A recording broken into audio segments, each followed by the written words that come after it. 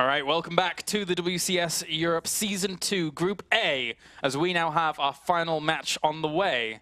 And it's going to be a good one. Round of 16 spot is on the line. Yeah, it's Tefel versus Elfi, and as I retweeted, are you ready for this? Are your brains ready for it? I did retweet Moro. Thank you very much for sending in some tweets. If you want to do that as well, hashtag WCS. Yes. These are our two players for the finals match of the day. Tefel from Poland versus Elfi from Finland. That's the one. My mind blanked. I'm sorry. How can you Finland. forget? I know. I saw the flag and was like, yeah, there it is, Finland. And I knew it without the flag too. But yeah, a crazy game coming up. This is a rematch from DreamHack. They were in the same group in the round of 32 in a three-way tie that unfortunately for Elfi, despite having 2 wins and 1 loss, didn't make it out after beating Tasia and Thorzane, but losing versus Tefel. Tefel was the guy that advanced through with Tasia, who then moved on to play against Life. Imagine if Elfi played Life. That rematch would have happened. OMG. For some of you that may not get that, Elfi played against Life a long time ago. And not DreamHack, Iron Squid. I think about it more closely now. I cast it with Total Biscuit. Iron Squid was a silly, silly series. And that could have happened again, but it was, of course, Tefel that did it, and then unfortunately fell short versus StarCraft Life. But now, Elfi has the chance for rematch. Revenge in a rematch. He does. He does. I don't know what it is about Elfi, but whenever I think about him, I have this like silly trying to stop a smile like coming onto my face. It's really, really difficult. His cat, I believe it's called Pekka. Pekka? His cat's Pekka? No, well, in Finnish, because it's double K, it's pronounced long, so it's Pekka, like that, I think. Pekka. Something like that, yeah. I love how Finnish people speak. Pekka. Pekka. Aussakauppa. And all that stuff. Yeah. I don't know Finnish that much. Nor do I, even though I lived there for 3 years. 3 years? That's a long time, actually, in Finland. Yeah. I was only in Sweden for 18 months. I remember the first time I met you was in Finland. I was a lowly fan. There you go. Was that the Asus tournament? Okay, you do remember it. Hey. I remember meeting you, Claris. Of course I do. That was a long time ago. It's time to jump into the final match of the day. This is the final best of 3. Who's going to advance on? Who is going on? We shall see as we have spawning down to the bottom left-hand corner as our red Protoss. He goes by the name of Elfi. And spawning down to the bottom right as our Zerg representative in the blue, he is Tefel from Dignitas. And in the end, I think that, you know, Whirlwind being the map that it is, Elfi, he could technically go for some craziness again if you want to, but as you pointed out before, Tefel is a player that can work so well when it comes to kind of just, you know, dealing with those kind of aggressive moves. He's always been very good at dealing with those kind of 2-base plays. And Elfi, as you said also before, he tried to do that during DreamHack, but it did not work in the end. So now Elfi has to mix things up a little bit here, and maybe go into a full-blown macro game here against Tefel. Elfi never goes full macro, man. Not against Zerg. No, you're right. Not against Zerg.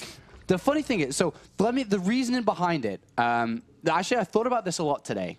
Because actually both of us, you know, you told me how Elfi was going to play, and we chat back and forth about it. And then I thought about it a little bit more on Elfi. Against Terran, you can play defensive and sit back. You don't need to, for example, War Prism drop a Terran player. Yeah. You don't need to harass them. As long as you play 100% defensive, get to 200 supply, and max out and bank money, you're in good shape. Yep. If you do that against Zerg, it doesn't work the same. Because they'll max out faster.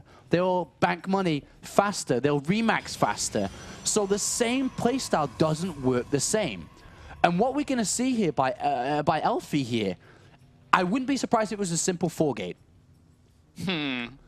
He's got 1 gas. He's got a bunch of Chrono Boost saved up. It was a 12 gateway, not 13, which means the Cybernetics core is a little bit faster.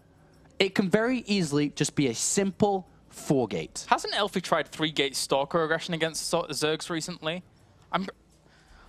It could be. I mean, let's just watch the Chrono Boost. If it goes straight into the Cyber Core, that's what it's probably going to be. The problem is the Overlord on the natural. Look at the Overlord. Does it see the Zealot? Does it see the Zealot? It's very important he sees the Zealot. Okay, because now he knows that Elfi's down there. If he hadn't have seen that, he wouldn't know. Yeah. He didn't drone scout. But now he sees a Zealot. He's immediately taking a gas and now starting to piece this together. But he has no idea it's a simple 4-gate. Yeah, you're right. It's that simple. Very, very interesting play here to kick things off from Elfi. And you were right to the point that he doesn't just go full... He's gone 5-gate. He's going for 5-gate. Without gas. So it's just Zealots. Pure Zealots. Pure Zealots. He took out a gas, pure Zealots, 5 Zealots, 5 Zealots. Overwhelm his opponent. And it certainly can do. It can work. It really can. Yeah. It depends where the pylon is, how far away it is. Is it right at the front door? He's got a couple of Zealots to protect it. Why not?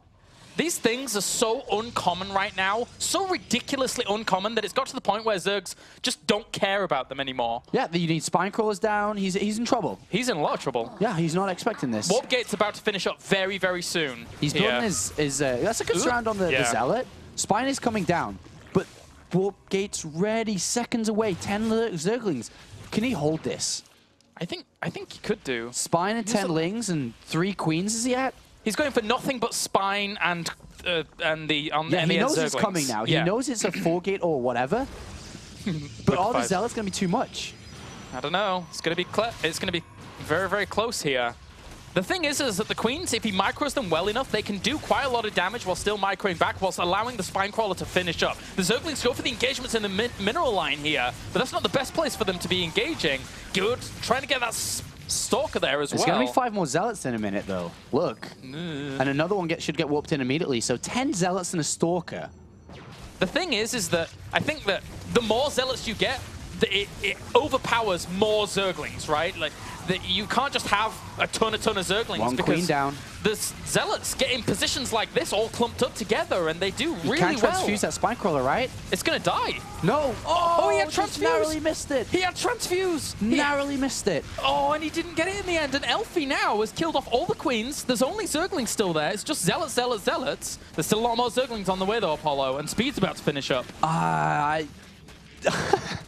Elfi, man. 5-gate pure Zealot. 12 Zerglings on the way. But as you said, the more Zealots that arrive, the better they are against Zerglings, even with speed. That's too many Zerglings. That's too many Zealots, no matter how many Zerglings come now. What if he sends a few Zerglings to his opponent's main? Then it's a weird base race. But... With no Queens, no drones escaped, how do you even do that? The thing is, I don't think that's the best thing to do. Oh, Elfi. He loses everything too fast. There's no money. The Zealots are going to shred through the 4 structures with gas. Well, so many Zerglings, right? Like, again, because there's so many Zealots like this. And he can easily just walk in at home too and fight with probes, right? I think he goes... what is he going to do? He goes for this pylon, but there's still this pylon. To be honest, as Elfi, you've got enough Zealots. You can actually start building probes and start warping units at home, even take a second gas. Positioning yourself in this mineral line with these Zealots, it's impossible to actually do anything about that with You actually can't kill these Zealots. You can't kill these Zealots. Yeah, they're not going to die. So he needs to think of another plan if he's going to try to do this. The Queen gets instantly surrounded. Oh, lava injection. Is he going to counterattack? I think he has to. That's his only option. But back at home, this is where I make a wall-off with pylons and, or my ramp or something, and then just make Stalkers or Sentries. Look, Stalkers and Sentries behind this. Take a second gas. Chill out, man. Chill on one base. Yeah. The counterattack can't work. Second gas is coming down. He's got 100 gas. It can be 2 Stalkers or a Sentry. Here's what I think. If Tefel had gone for this base trade kind of thing a little bit earlier before this wall had got up, and then if he'd have gone over the other side of the map and made an extractor, maybe that could have worked. Yeah. Maybe. I mean, it's difficult to call circumstances, isn't it, sometimes? Yeah. But at this point here, the wall is never going to be broken. With a Sentry and a Zealot to create... When the pylon falls on the other side of the map, the 2 Zealots take its location. So what we should look at is the other side. Like, as soon as that pylon falls, if it even does, Zealots take the replacement for the pylon, and Sentry helps to make that wall complete. And with 2 gases now, nothing but Sentries we built. There you go. GG. Elfi takes the first game. Start to his sweet, sweet revenge, baby. Seems so. 1 map up. He is now 3-2 in terms of map wins or losses over Tefel. All time, that is. Yes, so. all time. And as of late, evening things up a bit. Starting to even things up. So let's see if he's going to open up the next map. I'm very, curious to see what the next map's going to be. But I believe that Elfi will try to be aggressive again, whether it would be a gateway expand into a 4 to 8 gate, a Mortal with Mothership Core all-in. The problem is, with the bigger types of all-ins, that's where Tefel's really good at defending with. He gets Hydralisk out in time, he always gets +1 Carapace, he starts Roaches nice and early, doesn't skip the Roach Warrant ever. So that's when it becomes a little bit more difficult. Do you know the next map at all? Did you manage to catch it? Next. No, okay. No, I didn't see, so... depending on the next map, it will see maybe, if it's Neo Planet S, we might see an Immortal all-in. If it's Akalon Waste, we may just see a normal macro game from Elfi. It's going to be Neo or Belshir, I think. Our admin says, what's the second map? I had to relog, Neo or Belshir, and apparently Tefel didn't say. All right. So I assume he's going to say now. 2 base all-in on Neo Planet S from Elfi. Yeah. Versus Belshir. Not too bad for macro. I think we may just see him try to play. Yeah. Even if, remember now, because he's won the first map, it's going to 3 maps or 2. It's either going to win this next map or go straight to 3. Cast analysis logic once again. He can play out both maps. He can do macro game number 2 or all-in number 3. He can do the all-in number 2 and vice versa, depending on what the next map is. So whatever the case, he's going the full distance in these maps if he messes up game number 2. Tefel has to lock his defense down. That's where the key to success lies. Well, we shall see here as we're waiting. Neo Planet S will be our second map. All in this map.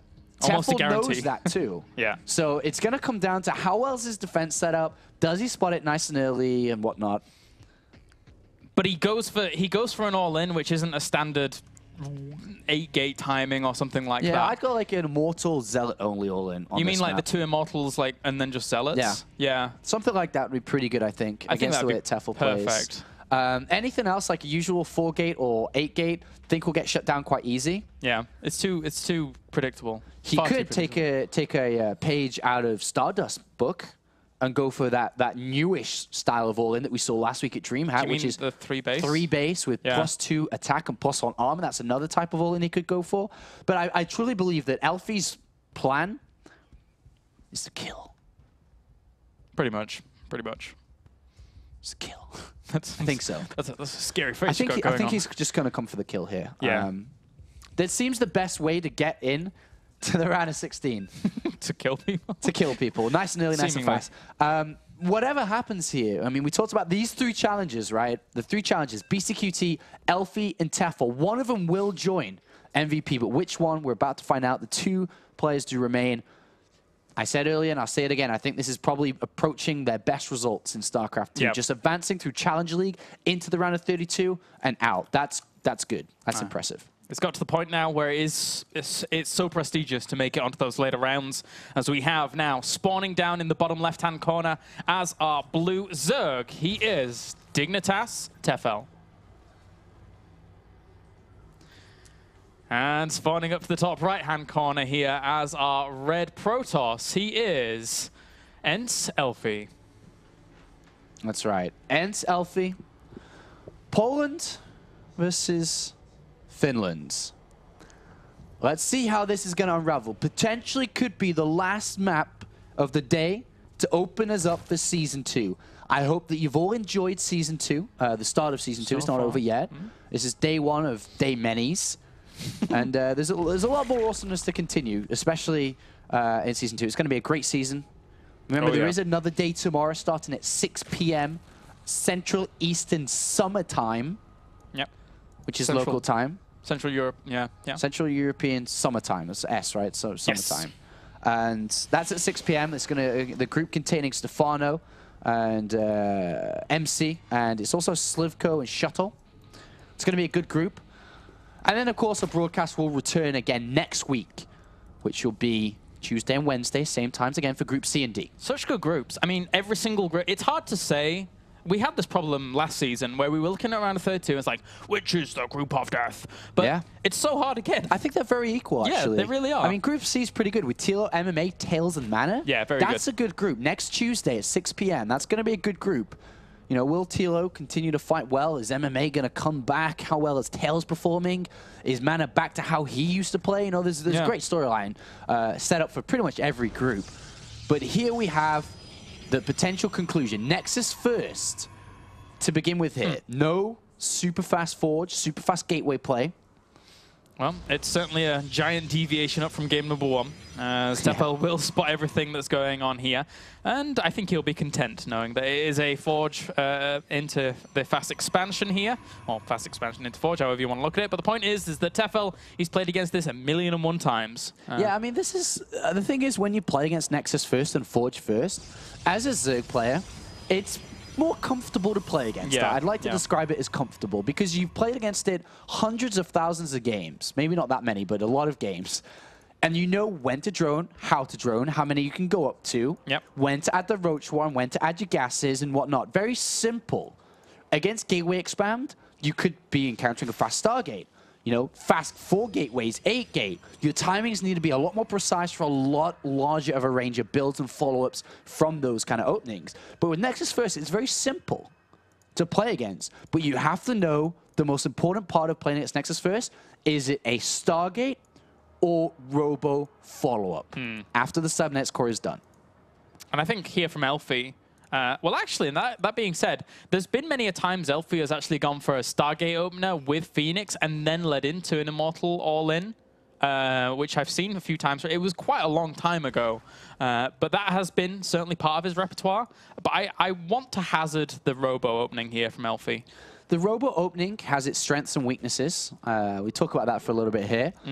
If you open straight to Robo and you play macro, you instantly lose versus Mutalisks. That simple. You don't have the Stargate option. You can't deal with Stalkers. You don't have Blink. If you play an all-in, it may get spotted, and you may get red and defeated easily. I mean, that's the strengths and weaknesses, I'd say, of it. The strengths of it, though, if you play it in macro well and he plays Roach Ling, then you've got Colossus out really fast, that you're able to deal with Roach and Lings. But to the point we made previously, Tefel's not the kind of guy that goes Mutas. But he is a guy that kind of likes to go fast Vipers. That's true. Which are also very strong against fast Colossus play. Yeah. So a third gas has been thrown down by Elfi. He'll throw down his tech structure in a couple of seconds' time. He's got 100 gas for the Robo. Yep. There it is, goes. Robo play. So nice prediction on that, nice call. And is it going to be to slowly take a new base, or will it be for a push? Well, 2 branches to go down. So far, could be both. Could be both. I'm looking for where he's placing his pylons for that kind of thing, because he generally likes to spread his gateways out a little bit if he's going to go for a big push. But the Roach Warren's down nice and early, 6:30. Yep. He knows that Elfi likes to play it like this. The 4th gas taken as well. He's got the Evolution Chamber, just a single one. We're going over to Carapace most likely here. And then the lair as well. The focus on the creep spread to the 3rd base is important. But is it just going to be straight Immortals? Is it an Observer? +1 attack started. The robotics facility is about to finish. And it's the Observer to kick a things single off. Observer to start us off. So it's not the fastest possible Immortal push. Yeah. It may be to lean towards taking a 3rd base here with Sentry Zealots. What units does he have at the moment? 2 Sentries and a Zealot. Yeah. And Immortal started behind this, though. After the Observer. It's still open on what he does. Probe production is at what? 45. 45. He's not building them, Claris. If you don't build probes, then why would you take a 3rd base if you don't have probes to go there? Yeah. More gateways have been added on, sporadically spread inside his main base.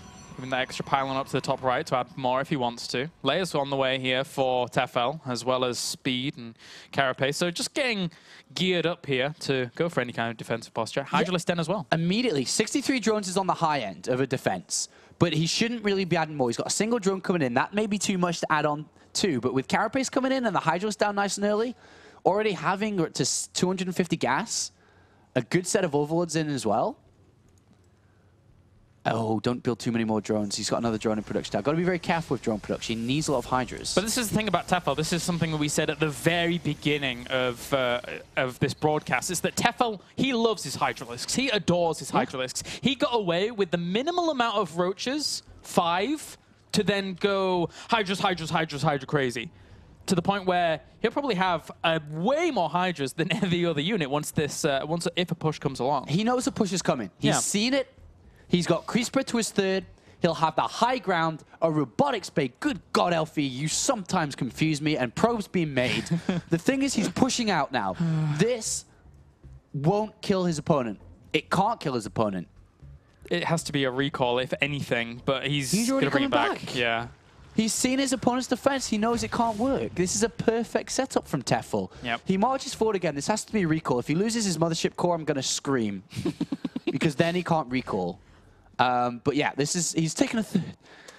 Oh, Elfi. Oh, Elfi, man. You confuse the best of us. If he's got us for a loop, then I can't imagine what's going on in Tefel's mind. Although that being said, he needs to recall. He needs to recall. He needs to recall. Oh, what the hell are those he needs to recall. Those first set of force fields were great. They were funny force fields, man. They just got slapped down. At this point, Elfi's in trouble because he doesn't have a Colossus. This Hydra's on the way. Yeah. That's a lot of Hydras. He needs a Colossus. He really, really needs a Colossus. Yeah, he throws down Time Warp here to try and slow down as much of this army as he possibly can do. No muscular augments with these Hydralists, so he can't continually push up against this. Actually, more force fields. He could kill off quite a bit of that, but he's going to lose quite a lot in the process. He loses the Mothership Core. He doesn't want to lose his Immortals. One of them goes down. And these Hydralists are they're just doing so much damage. Hydras are great versus Stalker and Immortals here, and he gets pushed back off his attempt to take a third. And what I mean, you can hammer this down, but as soon as the first Colossus comes out, which it should be out, he has to run.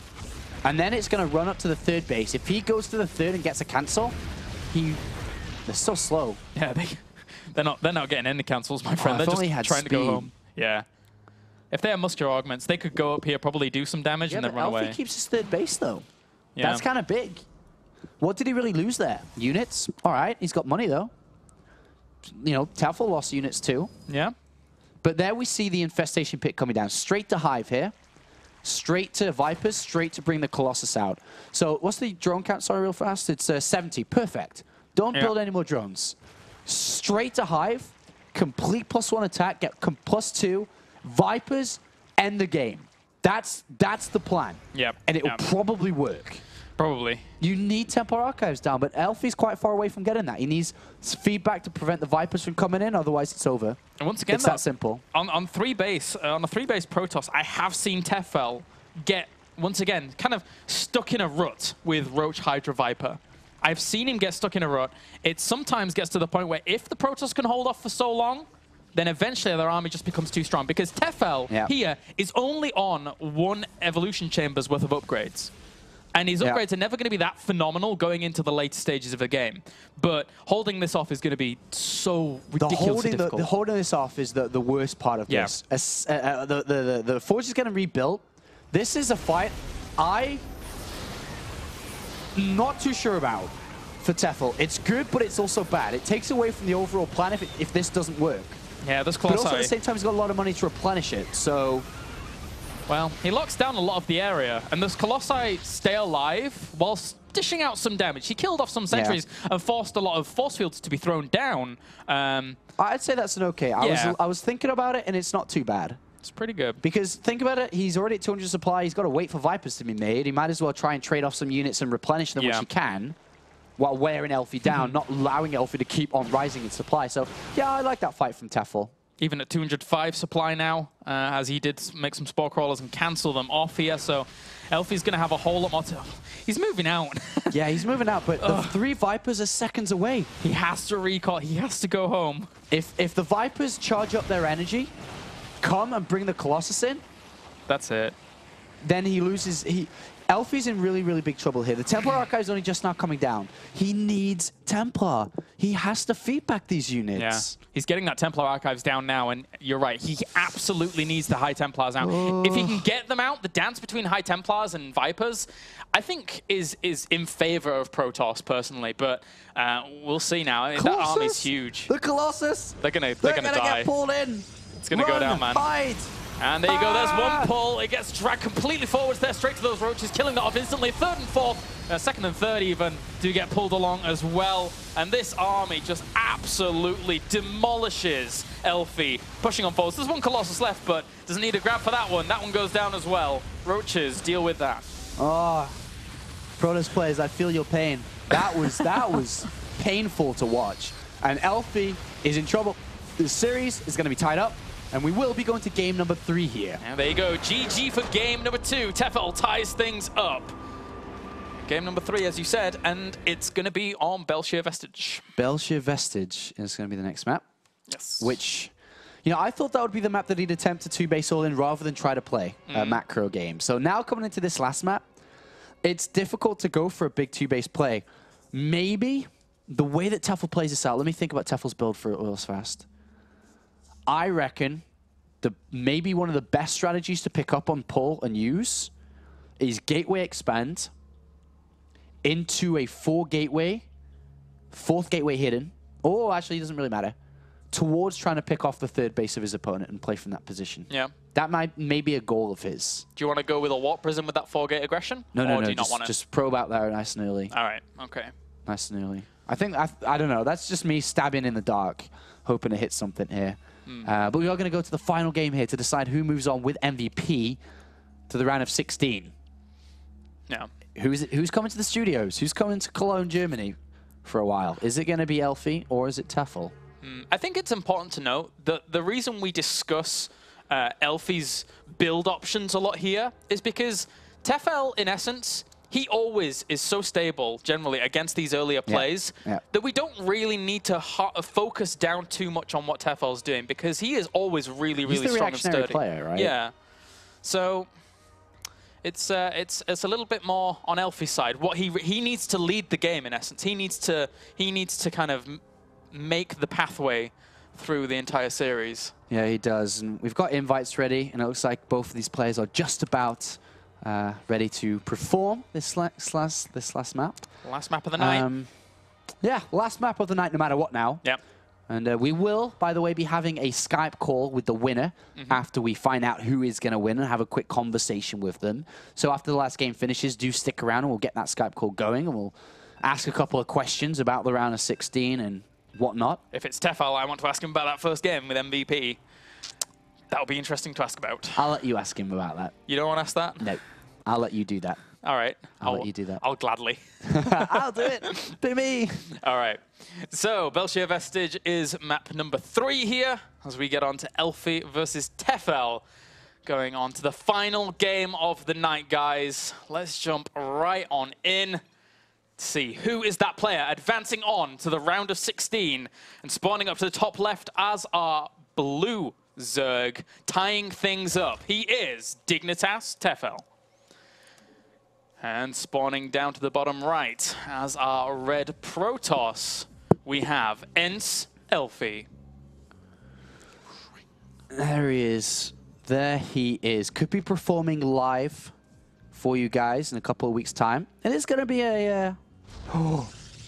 I was going to say, I just saw the pylon and then I saw a cannon rush appear. But if it was in reverse positions, absolutely. Absolutely. Cannon rush, very, very good in reverse positions here. Not as strong going up north, but still viable. The reason is that location at the south base. I'm not sure. You must have seen some games recently. Yeah, SOS, man. That guy. He's done it like 3 times on this map. What? Where is this? Where are you going? Okay. I thought he was going to throw down like a 12 forge. But he's off to move his way across the other side of the map nice and early for a scout. So nothing to panic with. Wait. Is that a probe coming down to go to Forge? He is going for the Forge. 13 Forge. Uh-oh. That is early. Well, the thing is that Tefel never goes hatch first.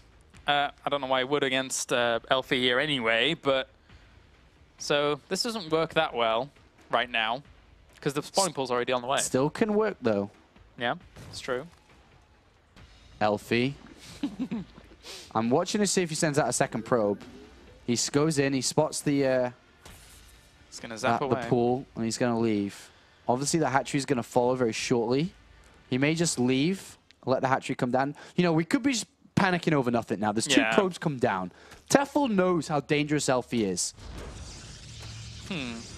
Well, it's not going to be a cannon rush. Yeah, it's on the block here. Probably going to go for the Nexus behind this. The probe is already in position to throw down that Nexus. Yeah. Was an option, though, if there was hatchery first or something, for sure.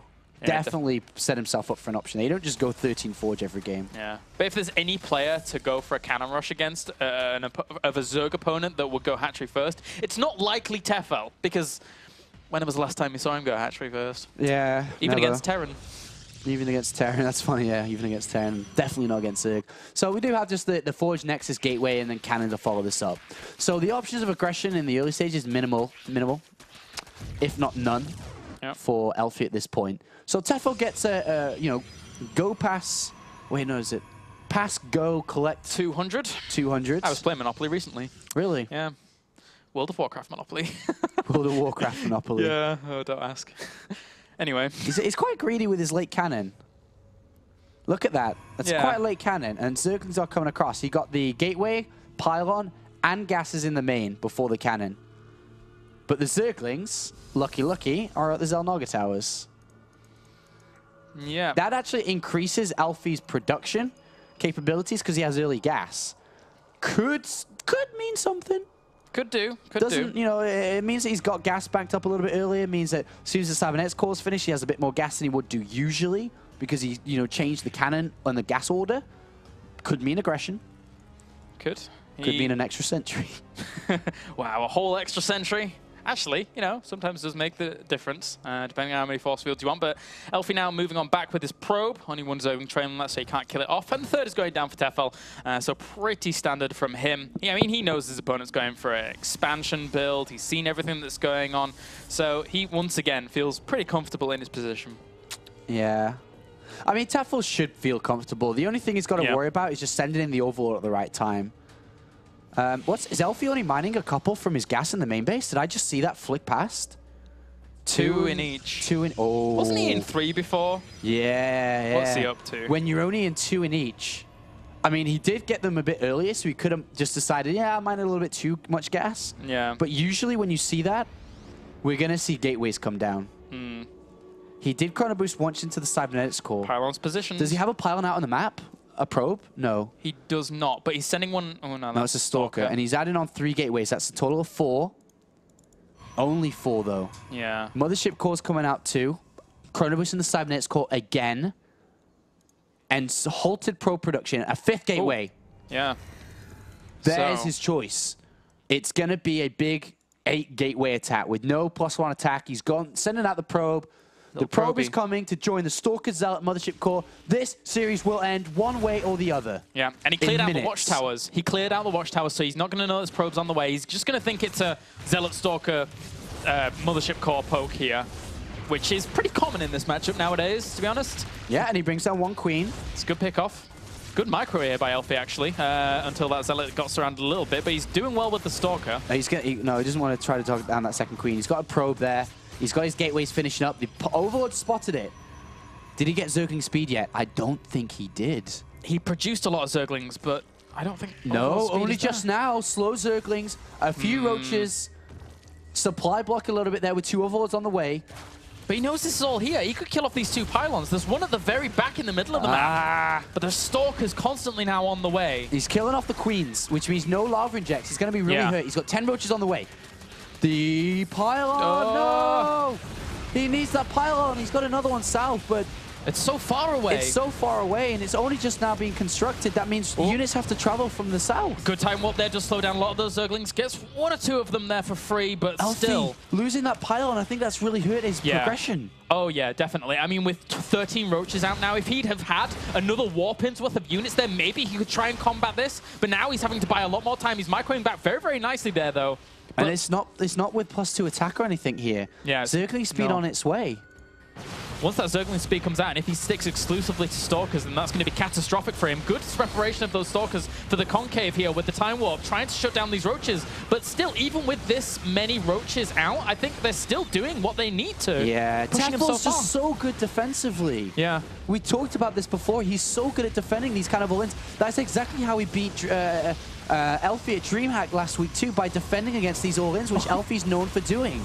Throwing down as many pylons as he possibly can do in this position. He knows he needs to warp in, but to that point, Tefel now knows the desperation his opponent is in. So he just makes nothing but units regardless of what was happening actually before. Elfi now losing a few of these units as they warp in as well. All the pylons are indeed down, but Elfi doesn't have the production capabilities to keep up with Tefel.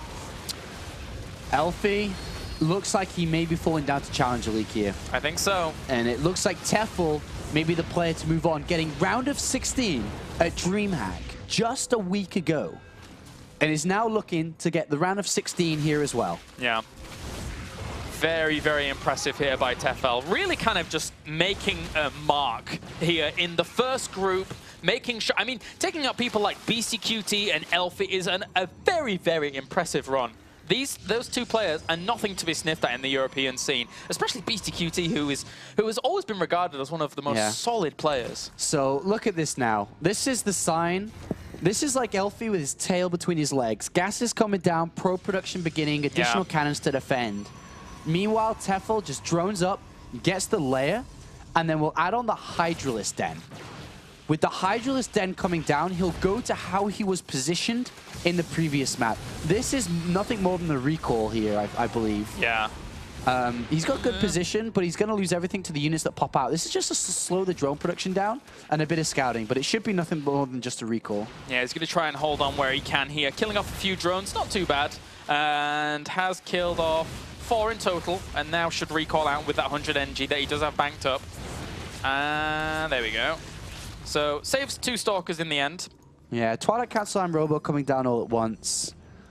DTs, I mean, he hasn't even got +1 attack yet. So Twilight Council, is it Blink and Immortals? Is it DTs? He started pro production again. I guess Blink. Unless... Yeah. It makes the most sense. He cancelled Blink in +1 and then Blink. Should be Blink next. You can't go DTs from this position. It'll take too long. Yeah. You have to just utilize Blink in this position here. And now... Immortal +1 and Blink. But the thing is, the Hydralisk Den should be coming. It is coming. Yeah, it is. That's what I was about to say. The fact that he has that going now, that's where Tefel feels most comfortable. Yeah. And he's not going to be broken by anything here, I don't think, by Elfi. No, this is a very difficult position for Elfi to be in. It's when you dedicate to an all-in and it doesn't work, you're going to get punished. It's that simple. There's no playing from behind. There's no, I'm sorry, can we go back to an equal? No. Nope. There is no going back to an equal game. Especially with these roaches now about to deny +1. Oh, yeah, that's going to be frustrating. Back down to 0-0. Yep.